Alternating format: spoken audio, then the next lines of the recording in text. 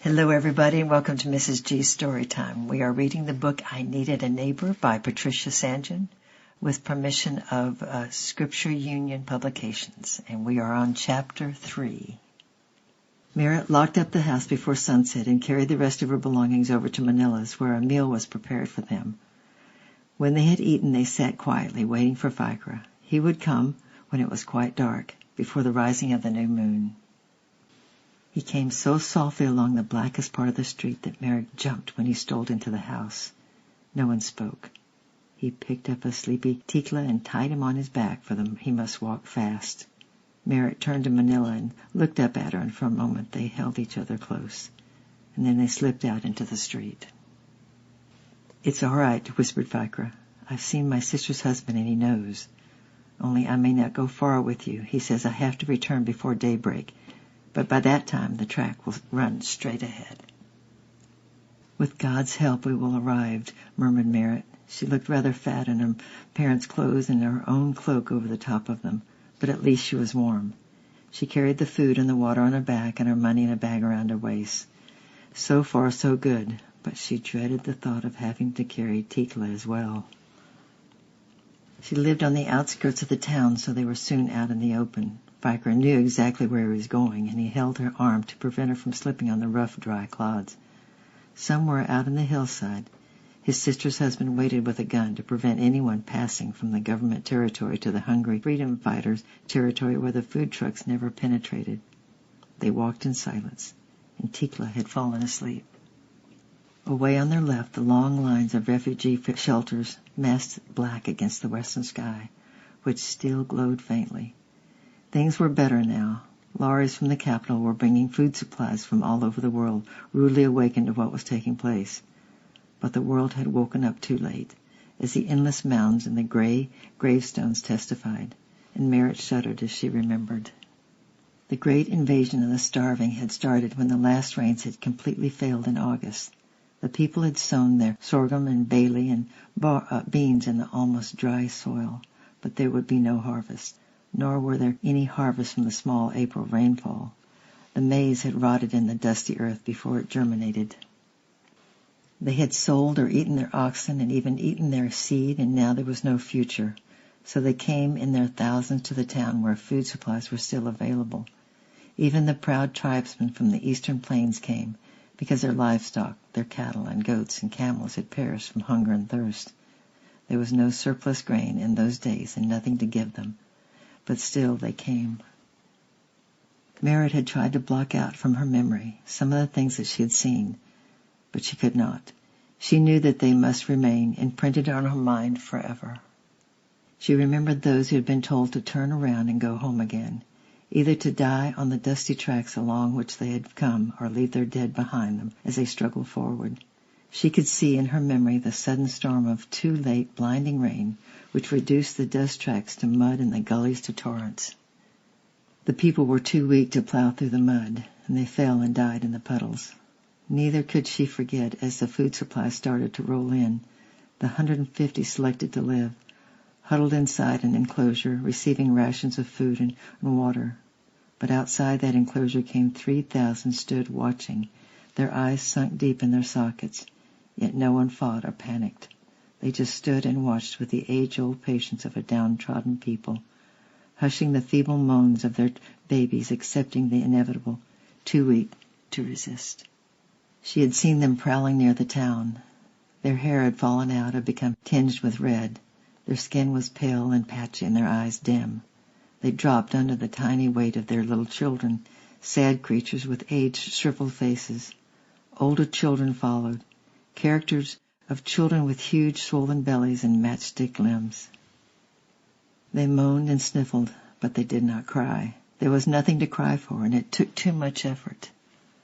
Some sheltered in the dust-covered tents by the roadside, and some in hastily constructed booths.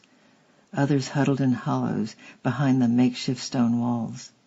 The nights were bitterly cold, and many would die before morning. Merritt did not know how many had died. The earth mounds seemed endless, and they did not include those who had died on the way, where the vultures and the hyenas waited, also hungry, because those people still living were too weak to do more than scratch the surface of the cracked earth. Yes, the food was coming now, but many from the country areas were too scared to come and fetch it, afraid of never returning. So many had been packed into lorries like her parents and taken away at gunpoint. She thought her uncle had probably been taken too when he was young and strong. Perhaps there was nobody left but the old, hungry grandparents. She hitched up her bundle and plodded on. "Come faster," whispered Vicra, squeezing her arm. "The new moon is about to rise." She tried to hurry, though it was almost pitch dark, but Vicra seemed to have cat eyes and to know even the smallest tracks. And suddenly he stopped. "Now," he breathed, "just walk quietly ahead." The form of a guard loomed black against the almost black sky. Vicra darted to his side and exchanged a few words. And then he was back, urging her forward. "It's all right," he whispered, "but we must hurry. I have to be back before daylight." They hurried on in silence, and the new moon rose over the mountain peaks. It was a clear, cold night, and the stars shone brightly. They were skirting the side of a deep ravine, and Vicra stopped and lit a lantern. "We are safe now in fighter territory," he said. "The military will not come here. Now you can walk a little slower." It was good to see that little light flickering on the rough track. Merritt breathed more quietly, and her heartbeat stopped galloping. Then Vicra started to talk. "I wish I could come with you, Merritt," he said, "but that would be just one more mouth to feed, and besides, I have another year at school, and there's all our future to think of. I will finish my studies, and then one night I will slip out and join the fighters in the mountains as you have done. Only a few months and I will come back and look for you. And by then, please God, the rains will have fallen, and we will buy a plot of our own and an ox and a plow, and I will teach in one of the new schools, and Tikla will learn. And life will be good again one day, Merritt. We will wait and hope." Her face burned in the dark, for this was not the way that it should have been. Parents arranged marriages, and she had been brought up to respect the traditions. And then she remembered that there were no parents any longer, and only she and Vicra and Tikla in the vast limbo of silence and starlit darkness, broken only by the occasional cackle of a hyena or the cry of a night bird. There was no place here for formalities and traditions, just each other, and she tightened her grip on his arm and ceased to feel afraid. "I will wait for you," she said. "But what if we have to go west? Many are even going over the border. How will I ever find you again?" "One day the rain will fall," he replied. "One day the living will come back to the land. One day the hills will be green again and the harvest will be gathered. I will keep watch on your village, and God will not forsake us." She thought of her parents and their anguish, of the starving in the shelters, and opened her mouth to say that God had already forsaken them. But she swallowed back her words, for Vicra was a devout believer and under instruction from a well-known priest. Besides, he had not yet suffered as she had suffered. They had reached the end of the deep ravine. He stopped and lifted Tikla, fast asleep, off his back and tied him in his goat skin onto Merritt's, and then he helped her arrange the grain and the clothing and the water bottle onto her shoulder or around her waist. She staggered a little under the weight, but righted herself, and then he handed her a second lantern and lit it. She lifted it and saw that the path seemed to run smooth and downhill ahead of her. "I must go," he said, "or I shall never reach the city before daybreak, and they will shoot me if they see me. I must run all the way. Your path is straight ahead now. God go with you. You will get there before nightfall." He stooped and kissed her hand, and she saw by the glow that his eyes glistened with tears. But he turned away quickly before she could even whisper her thanks, and she stood watching the tiny, bobbing light receding rapidly, for he was running fast. She watched until she could see it no longer, and then she turned to the enormous loneliness of the night. She struggled on for a time, but she knew that she could not carry Tikla for long. The combined weight of a child, water, and grain were far too heavy for her. Tikla would have to walk as soon as the first light dawned, and that would slow them down a lot. She had come out from the shadow of the mountain onto a sloping plateau, and after a while she sat down on a rock to rest, drank a little water, and looked up into the huge night sky. The stars burned fiercely and brilliantly, and it was not as dark as she had thought. Half asleep, her memory strayed back to the past day, the darkest, worst day of her life, and yet she remembered Manila's kindness, the little gifts that the neighbors had brought, Tikla's tight, trusting arms around her neck, and Fikra's steady courage and love. She suddenly knew quite clearly that she would never want to marry anyone else, and he had promised to come for her. Perhaps it was not quite as dark as she had imagined. The blacker the night, the brighter the stars. She pulled Tikla round into her arms, stretched out into the shelter of the rock, and fell asleep. She woke quite soon, partly because of the cold and partly because of the light. Her eyes, heavy with sleep, were almost dazzled by the blazing east. All around her those strangely carved volcanic peaks and cliffs, gashed by the great gorges and riverbeds, confronted the sunrise, the red sandstone and the black basalt gleaming in that tremendous brightness.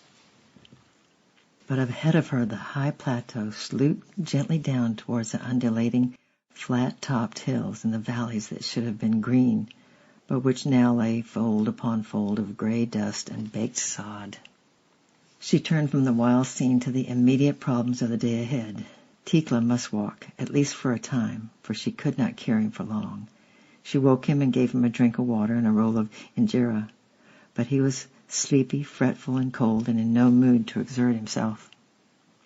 In the end, she picked up her bundles and walked away, and he followed, protesting. She took no notice, just trudged on, and he trotted behind her, sniffling and crying, because he had no choice. He did not wish to stay alone in that vast, strange glory. The sun rose higher, and the day became hotter, but the mountain air was still clear and cool, and the track still sloped downward in a series of terraces. They passed scattered homesteads and small villages where, in the years gone by, they could have rested and been welcomed. But the villages were deserted, and the fields dust and stubble. Only the endless rows of mounds in the cemeteries and the occasional skeletons of goats and cattle told the story. Merritt knew the way. She had been there many times as a little child, when the savanna bushes were in leaf and the rivers full of water, and when the hillsides were green with crops and doves and bright lovebirds made song in the eucalyptus trees. Once they had to cross a dry riverbed where great trees lay uprooted by floods, and here there were small islands of green nourished from some deep, untapped spring, and so they rested and drank and ate some more injera. "We will soon be there," said Merritt. "You are a man, and you can walk a little further." The hillside beyond rose steeply. Tikla stuck out his lower lip. "Carry me," he whined. "My legs are too tired." "No," replied Merritt. "You must climb the hill alone. When we get to the top, I will carry you." The sun was beginning to decline towards the west, and darkness would come early. All day long the fear in Merritt's heart had been growing, for they had not met no one. Every village had been deserted, every riverbed dry. Supposing her grandmother had gone? Supposing they arrived to find an empty village and a graveyard far extended? They could only go on now and see. Fighting her panic, she pushed up the hill, stumbling on the loose stones, dragging Tikla along, trying to reason away this nightmare. Her grandmother lived near a river that had never dried up, a river that flowed from far heights where snow lay and great forests grew. Surely they would still be there. At the top of the hill she tied Tikla on her back, and he promptly fell asleep, a dead weight on her already exhausted body. It was almost sunset when she climbed the last gray incline and looked down on the village with a bated breath. The homesteads still stood. The fields were baked hard, but there were tiny green patches around the huts and threads of smoke rising into the still evening air. Far down in the valley the sunken river still gleamed. She had some way to go yet, but here in this valley were living people. Perhaps they would help her. She staggered on to the first thorny enclosure, and there were women lighting little fires in the dusty earth, cooking their evening meals. Thin, hollow-eyed women with quiet, hollow-eyed children, but they were kind. Some were coming up from the river 2 miles distant with goatskins of water. Some were coming from the hills with handfuls of roots and dry seeds or grass. They listened to her story, sorry but not surprised. "Most of our men have gone to the mountains," they said. "Many, too, have been taken like your parents. Your grandparents are still alive. One of our sons will carry the child down the hill for you. It's not far." The sun disappeared behind the peaks and darkness fell swiftly. They reached the next cluster of huts in the last twilight, and her grandparents came running out as she called their names. She did not notice that their land was empty and their faces gaunt. She only felt their arms around her and knew that she had reached home. Then for the first time, Merritt wept. And tomorrow we'll be reading chapter 4. I love you. I'm praying for you, and we'll see you tomorrow. Bye-bye.